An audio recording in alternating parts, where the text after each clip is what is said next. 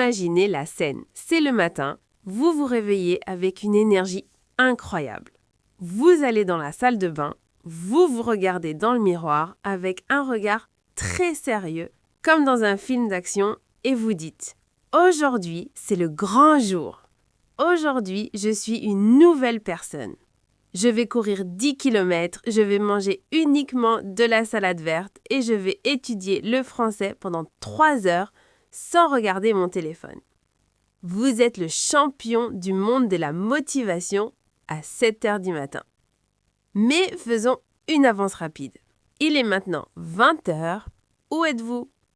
Vous êtes allongé sur le canapé en train de manger une grande part de pizza et vous regardez des vidéos de petits chats mignons sur Internet. Que s'est-il passé? Pourquoi cette transformation magique a-t-elle échoué? Ne vous inquiétez pas, vous n'êtes pas fou et vous n'êtes pas paresseux. C'est simplement une erreur de stratégie. Aujourd'hui, nous allons parler d'un concept fascinant, comment vos petites habitudes fabriquent brique par brique votre identité profonde. Très souvent, quand nous voulons changer notre vie, nous commençons par la mauvaise extrémité. Nous nous concentrons sur les résultats. Nous disons « je veux perdre 5 kilos » ou « je veux parler français couramment ». Le résultat, c'est ce que vous obtenez. Ensuite, nous pensons au processus, aux actions. Nous disons « je vais aller à la salle de sport » ou « je vais faire des exercices de grammaire ». Le processus, c'est ce que vous faites. Mais il y a une troisième couche beaucoup plus profonde qui est presque toujours oubliée. C'est la couche de votre identité. L'identité, c'est ce que vous croyez être, c'est votre vision de vous-même. Le problème de la pizza sur le canapé vient d'ici. Vous avez essayé de changer vos actions, manger de la salade, faire du sport, mais vous avez gardé votre ancienne identité, la personne qui adore la pizza et qui est fatiguée le soir. Votre cerveau déteste les contradictions. Si vous croyez au fond de vous que vous êtes une personne paresseuse, votre cerveau va saboter tous vos efforts pour faire du sport, car faire du sport n'est pas naturel pour une personne paresseuse. Le comportement qui ne correspond pas à votre identité ne dure jamais longtemps. Laissez-moi vous raconter une petite histoire très célèbre pour illustrer cela. Imaginez deux amis qui ont décidé d'arrêter de fumer ensemble. Ils sont à une fête et quelqu'un vient leur proposer une cigarette. Le premier ami sourit nerveusement et dit « Non merci, j'essaye d'arrêter de fumer ». C'est une très bonne réponse, n'est-ce pas? Il fait un effort, mais écoutez bien les mots « j'essaye d'arrêter ». Dans sa tête, il est toujours un fumeur. Il est un fumeur qui fait un effort temporaire pour ne pas fumer aujourd'hui. Il lutte contre son identité actuelle. Maintenant, la personne propose la cigarette au deuxième ami. Le deuxième ami répond simplement « Non merci, je ne suis pas fumeur ». Boum! C'est une différence minuscule dans les mots, mais c'est une révolution psychologique absolue. Cette deuxième personne ne lutte plus, elle a changé son identité. Fumer fait partie de son passé, pas de son présent.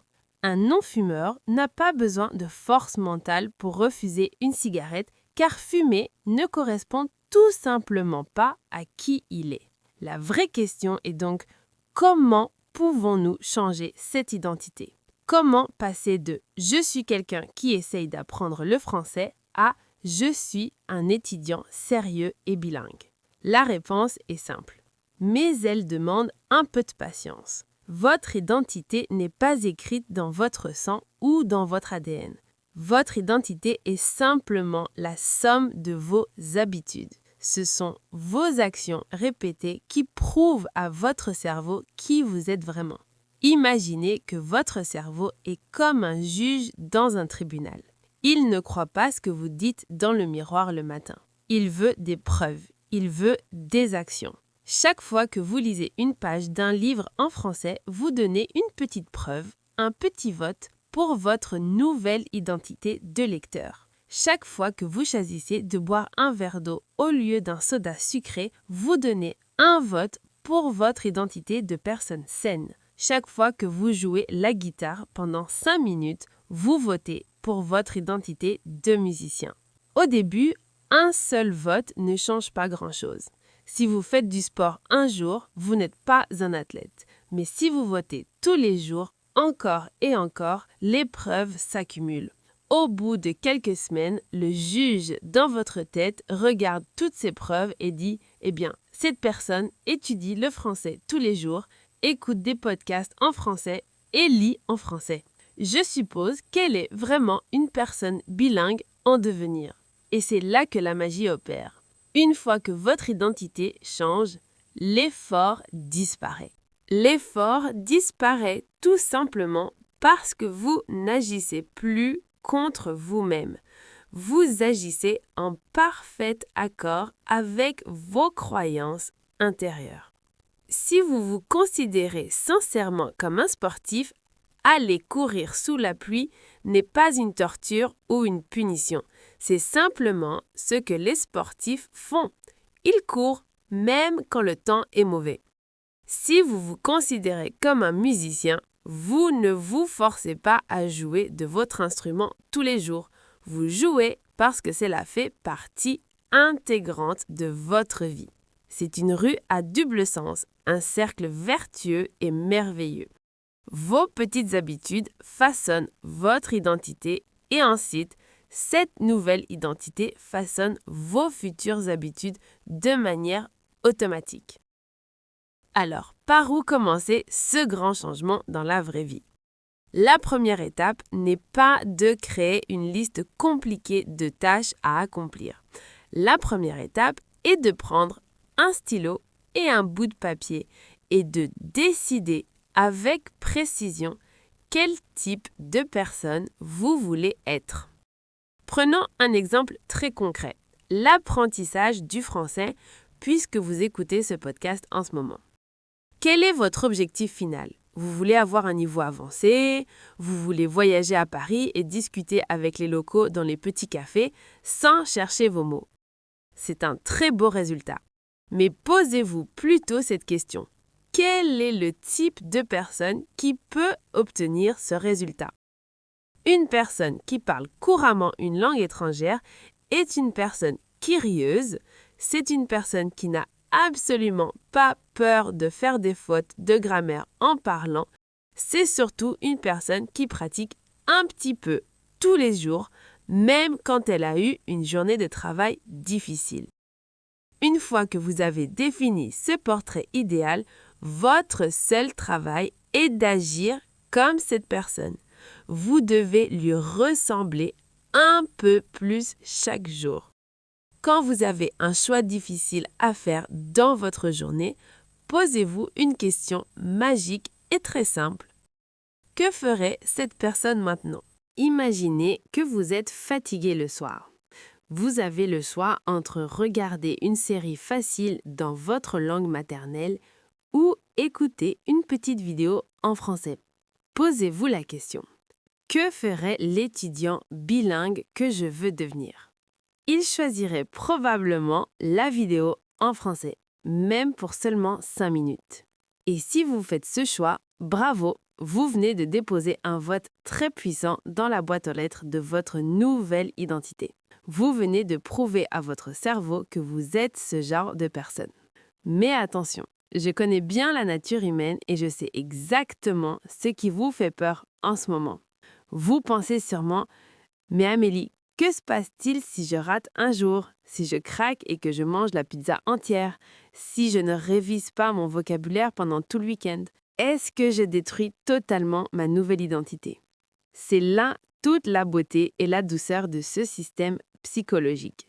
Non, pas du tout. Pensez à une élection politique dans votre pays. Pour gagner une élection et devenir président, le candidat n'a pas besoin de 100% des votes.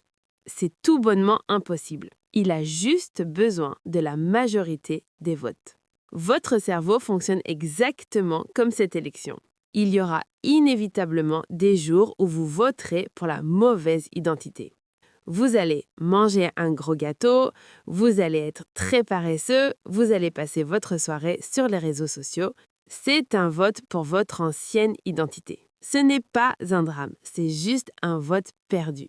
Le but n'est pas du tout d'être un robot parfait. Le but est de s'assurer que, à la fin de la semaine ou à la fin du mois, la bonne identité a obtenu la majorité de vos votes. Si vous étudiez le français 5 jours sur 7, la nouvelle identité gagne largement l'élection. C'est aussi simple que ça. Le perfectionnisme est complètement inutile ici. La constance, même imparfaite, est votre meilleur ami pour changer qui vous êtes. Maintenant que nous savons comment gagner cette grande élection interne, il faut comprendre une chose essentielle. Pourquoi certains votes sont-ils si difficiles à faire au début? Pourquoi est-ce que notre cerveau résiste autant aux nouvelles bonnes actions? C'est parce que nous ignorons souvent l'existence d'une boucle invisible qui contrôle absolument tous nos comportements au quotidien. Cette boucle invisible dont je vous parle, les scientifiques et les psychologues l'appellent très simplement la boucle de l'habitude. Et c'est le mécanisme secret qui se cache derrière absolument tous vos comportements, des plus petits aux plus grands. Si vous comprenez comment fonctionne cette boucle, vous possédez littéralement la télécommande de votre cerveau. Vous pouvez alors choisir consciemment pour quelle identité vous voulez voter chaque jour. La boucle de l'habitude est toujours composée de 4 grandes étapes qui se suivent très rapidement. Écoute bien, c'est passionnant. Il y a le déclencheur, le désir, l'action et la récompense. Prenons un exemple de la vie de tous les jours que nous connaissons très bien. Vous êtes en train de travailler ou d'étudier sur votre ordinateur. Soudain, votre téléphone vibre sur la table. Ça, c'est le signal, le déclencheur. C'est une information de votre environnement. Immédiatement après, vous ressentez une petite curiosité. Vous vous dites « Qui m'a envoyé un message? Est-ce que c'est important ?» Vous voulez soulager cette curiosité. Ça, c'est le désir. C'est la motivation derrière l'habitude. Ensuite, vous prenez votre téléphone dans votre main et vous ouvrez l'application pour lire le message. Ça, c'est l'action, le comportement en lui-même. Et enfin, vous lisez le message. Votre curiosité est satisfaite. Votre cerveau reçoit une petite dose de dopamine, l'hormone du plaisir. Vous vous sentez connecté. Ça, c'est la récompense finale. Votre cerveau, qui est une machine incroyable, prend des notes. Il se dit « Ah, quand le téléphone vibre, si je le prends, je me sens bien. Je m'en souviendrai pour la prochaine fois. » Et voilà, la boucle est bouclée. Si vous répétez cette boucle 20 ou 30 fois par jour, l'action devient totalement automatique. Vous ne réfléchissez même plus, votre téléphone vibre et votre main bouge toute seule. Vous venez de créer une habitude très forte et vous votez continuellement pour l'identité d'une personne très distraite. Maintenant, réfléchissez à vos mauvaises habitudes, celles qui vous empêchent de devenir la personne que vous voulez être. Vous êtes stressé après le travail, le déclencheur. Vous voulez vous sentir calme et détendu, le désir. Vous mangez un grand paquet de gâteaux sucrés, l'action. Vous sentez le goût du sucre et votre stress diminue temporairement, la récompense. La boucle est fermée. Le grand problème, c'est que notre cerveau primitif adore les récompenses immédiates. Le sucre, les réseaux sociaux, la télévision, le confort du canapé, tout cela donne une récompense instantanée.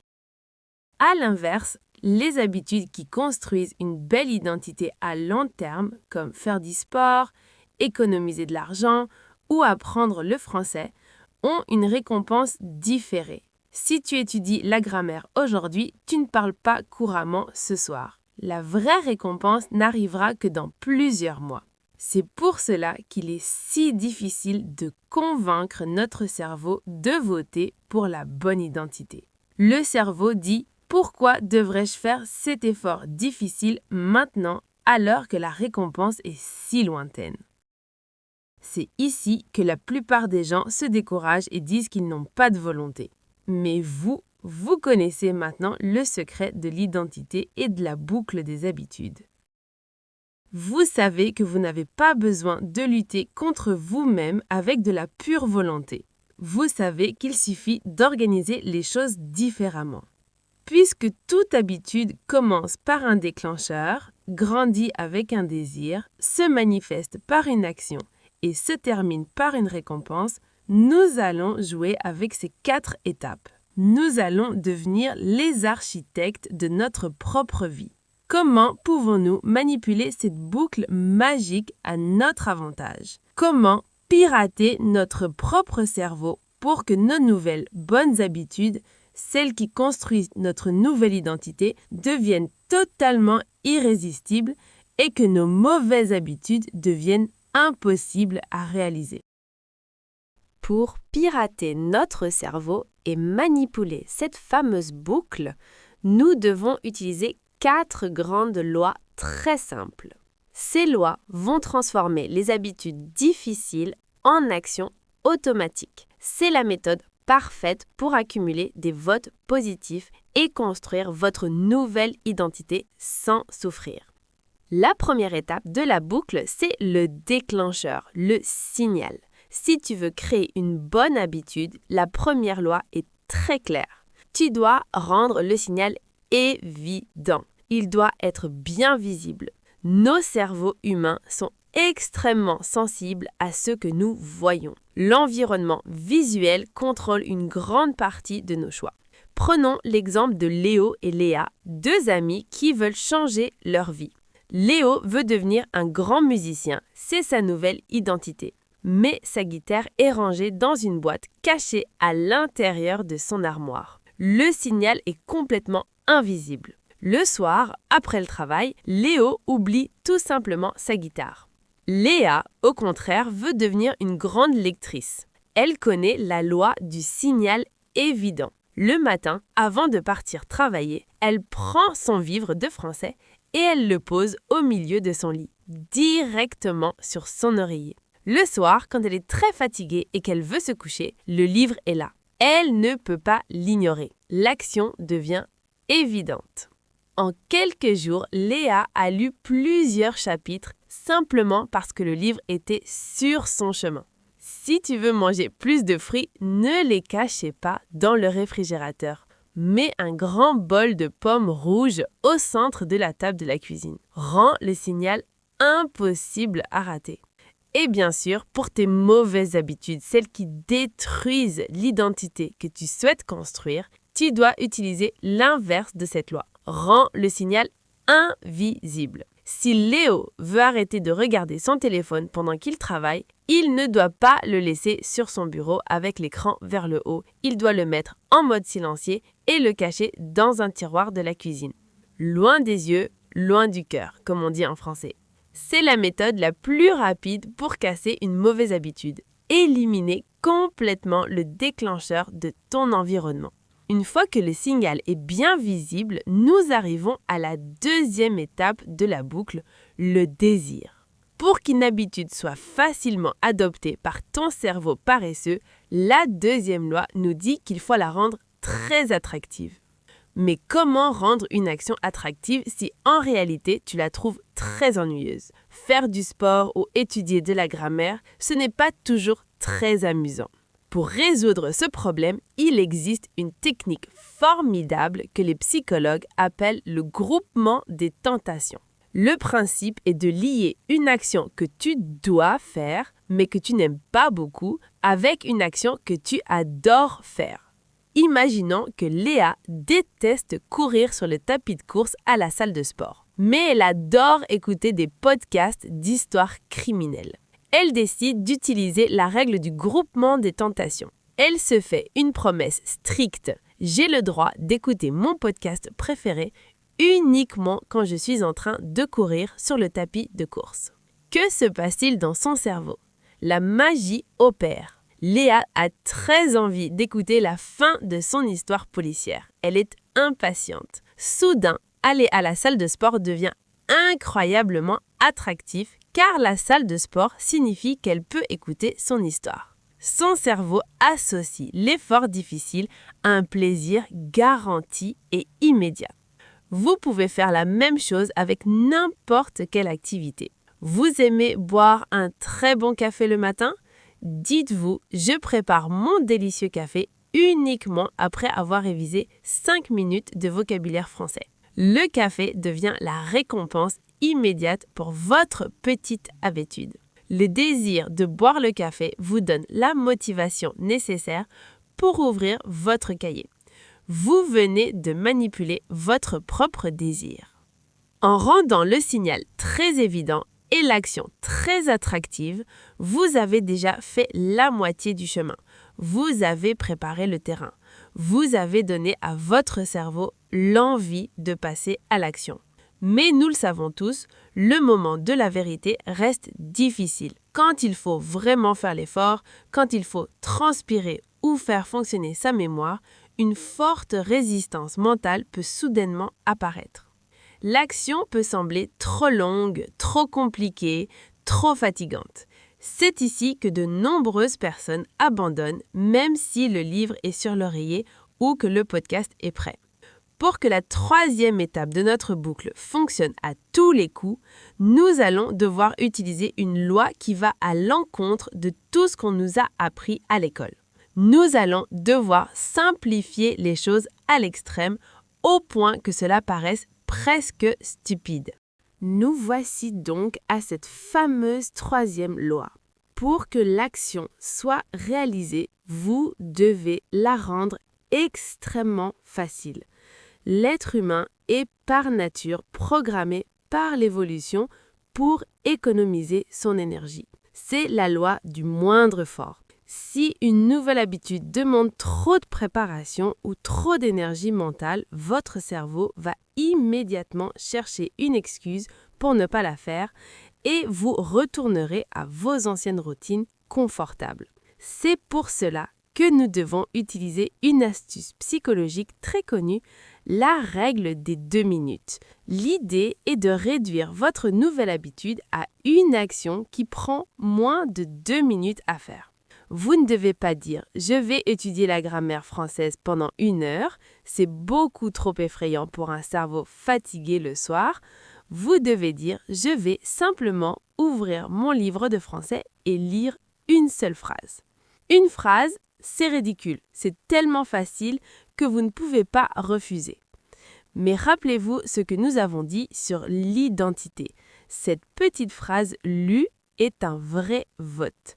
L'objectif n'est pas d'obtenir un résultat parfait le premier jour. L'objectif est de maîtriser l'art de se présenter.